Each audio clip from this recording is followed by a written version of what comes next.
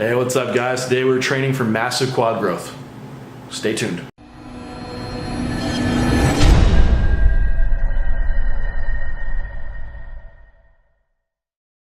Alright, so if this is your first time to my channel, it's about my journey through being a pro bodybuilder and also just giving out my knowledge on training and nutrition, supplementation, and trying to help whoever else wants to follow along. So today was my leg day, and it's been a while since I've checked in with y'all. So just to give you a current update, I am, about a little over a year into my off season, and I'm the heaviest I've ever been. I'm 260 in the morning right now, about 263, 264 at nighttime. So off season is going well. I'm kind of more in a maintenance phase, trying to harden this look that I have, and gonna keep cruising until I reach my next prep. So that's kind of where, from a physique standpoint, how I'm standing. You can see some progress pictures there of where I'm currently at. Things coming up for me. I will have a membership site coming up to where I'll have all education material up there, and also just general information about my coaching. And other things is, for my channel, I'm going to try to make sure I get weekly videos up for everybody. I've said this before, but this is what I do full time now, so I'm going to make sure I have that for you. But today, I'll lead you through a quad workout, and I'm still training over at the Muscle Factory, and we have some new leg pieces in there, but I use some. My leg days have been fairly simple, and simple is good, and it is repeatable, and I'm making really good progress with it. So I have 2 leg days currently, a quad day and a hamstring day, and on those days I'll have an A and a B workout. So I'm just rotating exercises each week. Week 1 and then week 2 is different, then I just repeat that. So and I'm still making progress doing that. Sometimes I've had like a ABC rotation, but this is working well for quads, that much variation, so I'm sticking with it. I'm starting with, on one of my days, hack squat. The other day is the super squat machine. On both these machines, I think it's important when you're training legs that you're feeling the intended muscle group working that you want to work. It's easy to get into just doing barbell squats because everyone says you have to do barbell squats, but if you don't feel it working in your quads or your quad sweep or whatever you're trying to grow, then what's the point of doing it? So my big thought process this whole off season has been using the intended muscle groups and finding the best exercise I can to do that. Some of those times it's machines, sometimes it's dumbbells. It's very individual and just depends on you. I think typically you can apply some generalizations to things, but at least for leg training, hack squats and super squats have been a great primary movement for me. For foot placement, I'm about midway on the platform, shoulder width with toes slightly pointing out. When I'm pushing through, I'm trying to push with my heel and a little bit on the outside of my foot. I think you really get some good vastus, lateralis, quad sweep activation doing that. I can feel it really, really well. For execution of these reps, it's a controlled eccentric, and I do a pause on the bottom. Because I see a lot of guys, they drop down, they bounce, or they bounce it off the catches on the hack squat. That is pointless, okay? The bounce generates, momentum, and you're able to continue that throughout the concentric phase. You're taking tension off the muscle, and when you could have greatest tension at the, with the muscle fully lengthened, and that's ideal. That's what you want. So pause at the bottom. It's going to be safer for one. You have to use less weight, and you'll also keep that tension in the muscle. So for what I'm doing with these first sets that I do, for warm-ups, just take as many warm-ups as you need. I think I took about five warm-up sets to get up to the weight that I did. And then I'm aiming for about 6 to 8 reps. So I think I had like eight plates and a quarter for 7 reps.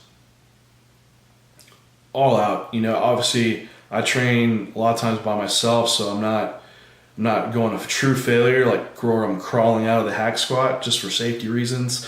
But I know just from experience that there likely wasn't one rep left, or I would need like a forced rep to finish that, so partner assisted. So that's usually how I do my leg training, just off of just seeing how I'm feeling and if I could judge if there was another rep left. For my second set, I just decreased weight about 20%. I pulled down to 6 plates and a quarter and just rep it out to near failure again. So I believe I hit around 12 reps on that set. Moving on, my second movement is always a leg press movement on both of my leg days, quad days. First one being a 40-degree leg press. The other one's a pendulum leg press that I use. And on the 40-degree leg press, I hook bands up to it. I think bands are a great addition to a leg press. The very top portion of the leg press is partly easy. It's why you see guys loading the leg press really heavy and just doing it quarter reps, because it's such a strong position. So using a band, you can accommodate that strength curve. You can have a lighter load in the bottom, but it keeps giving you resistance as you progress the concentric phase. And by also loading the bottom portion of the movement, it's also safer on your back too. So you don't have that heavy load at the very, very bottom. So I don't use bands a lot, but I will use them on just a standard leg press. For this one, I do the same type of rep scheme as I do on my hack squat. I use work up to about a 10 rep max on my first set. And on this one, I didn't back down in weight. I just kept the weight the same and went for a second set to failure. Same principle as using the hack squat. Don't let your butt pull off the bottom of the pad. That should be your stopping point for your range of motion. So just come down and just right before your butt's about to pull off the pad, and then pause. And I think using pause reps on leg press is from a safety standpoint is really good, because you're not having to overload and use a ton of weight, but also it's making it really restrict. So you're taking away that stretch reflex. My third movement is either like a lunge or I do a split squat. And it's not necessarily like a true unilateral movement, because you do have both legs planted, but just separating the legs, it will bring, I think, more adductors into it. Then also you get a little bit more glute involvement, but I can focus on each quad, and where I place my foot, I can put more weight to my heel and the outside of my foot to work more of the quad sweep, and that's the big emphasis. You really couldn't have a big enough quad sweep in bodybuilding. So in this one, I just did 2 sets. I worked up to a weight, went to near failure. I think I hit about 10 reps in the first set. Second set, I had dropped down to 8 reps. And I'd still take rest periods between each leg, okay? So you don't want to do one leg and go straight to the other leg, because you're going to have cardiorespiratory system's going to be taxed. You're not going to have as much drive or mental endurance to continue in the second set. So still take a good minute rest period before moving to the other leg. After that, I move on to my isolation stuff. So I do superset leg extension and sissy squat. The leg extension, you feel a lot of great tension in the lower part of the quad. With the sissy squat, you feel a lot in the top of the quad to get more rectus femoris activation. So it's a great combination to just really engorge the full quad and make a lot of metabolic stress. So on the leg extension, I'll work up to about 10 to 12 reps with a good hold at the top, and just go to failure. Then I go to sissy squat. And the thing with these sissy squats is when you sit back, try not to sit back like a squat, like pushing your hips backwards, because you see a lot of people that treat it like a squat. They sit back and they aren't pushing their hips forward and through. And that's when you're going to shorten and lengthen that quad fully and get that contraction, that upper quad that you really want.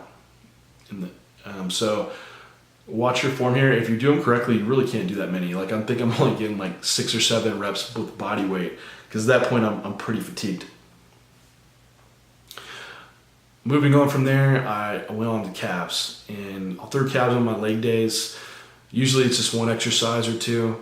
For this one, I did 3 sets, and I just work up to something I can do for between 12 to 15 full range of motion reps, and then add on like 10 partials out of the stretch position, just to build up more metabolic stress. I think calves respond really well to higher rep and drop sets and partial stuff that just makes a lot of metabolic byproduct and make them just burn and pump. I think they work well with that. So and as far as conducting them, I go through a full range of motion in calves, and the last thing you want to do on calves is bounce out of the bottom. They have a really large elastic component to the tissue, so the connective tissue will carry some of that and transition it out of the eccentric phase. And so you really should pause at the bottom and take away that stretch reflex, and then go into your concentric phase and let the actual muscle tissue do the work.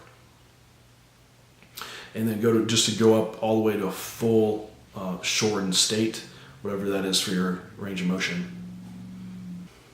If you like my training, I do online coaching. I also make custom weight training plans too. So my email is in the description below. Email me for any inquiries. Again, if you like this video, hit the like button, subscribe. I'll make sure I keep coming out with weekly videos for you guys.